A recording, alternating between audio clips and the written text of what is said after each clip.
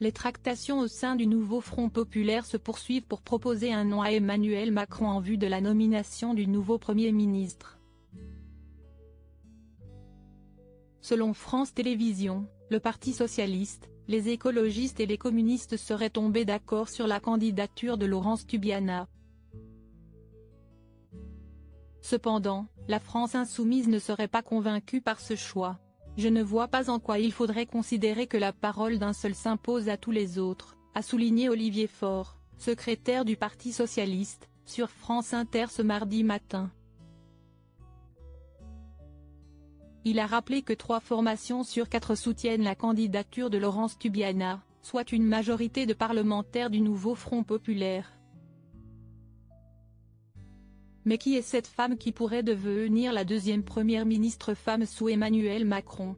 Gala vous dit tout.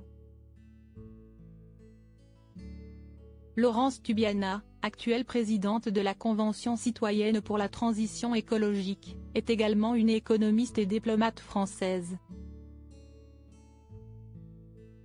Née à Oran en 1951, elle a déménagé en France à l'âge de 11 ans avec son père d'origine juive algérienne et sa mère, issue d'une famille de migrants grecs catholiques, un mélange culturel qui a profondément influencé sa conscience politique dès son jeune âge. Après les événements de mai 68, Laurence Tubiana s'est engagée à gauche et a rejoint la Ligue communiste révolutionnaire. Dans les années 1970, tout en se préparant pour le concours d'entrée à l'Institut national de recherche agronomique, INRA, elle a travaillé comme assistante de Lionel Jospin, alors professeur d'économie à l'IU de Sceaux. Leur collaboration les a amenés à se retrouver à Matignon en 1997, lorsqu'elle a été nommée conseillère en développement durable.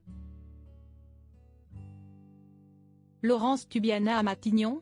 Un profil ni de droite ni de gauche. La fibre écologique de Laurence Tubiana s'est renforcée en 2001 lorsqu'elle fonde l'Institut du développement durable et des relations internationales, IDRI, dont elle assume également la direction. Dans la foulée, elle devient l'une des conseillères internationales sur l'environnement du gouvernement chinois.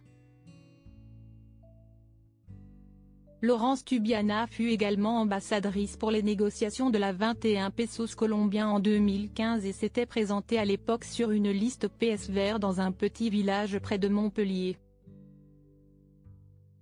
Cependant, elle n'a jamais aspiré à une carrière politique traditionnelle. La politique m'intéresse, mais je trouve le militantisme associatif plus gratifiant, avait-elle confié à Elle en 2015. Ainsi ses compétences transverses et son profil écolo, techno, ni de droite ni de gauche pourraient bien lui ouvrir les portes du 57 rue de Varennes. Côté vie privée, Laurence Tubiana serait célibataire et mère d'une fille unique âgée d'une trentaine d'années. Rappelons enfin que ce n'est pas la première fois que son nom circule dans les couloirs de l'Élysée. Laurence Tubiana avait déjà été citée pour remplacer Nicolas Hulot au ministère de la Transition écologique et solidaire. Si est finalement François de Rugy qui avait été nommé à ce poste en 2018. Puis, en 2020, elle avait été pressentie pour succéder à Édouard Philippe à Matignon après la crise du Covid-19 en 2020. À l'époque Jean Castex lui avait été préféré. Article écrit en collaboration avec 6 médias. Crédit photo, Stéphane Le Mouton.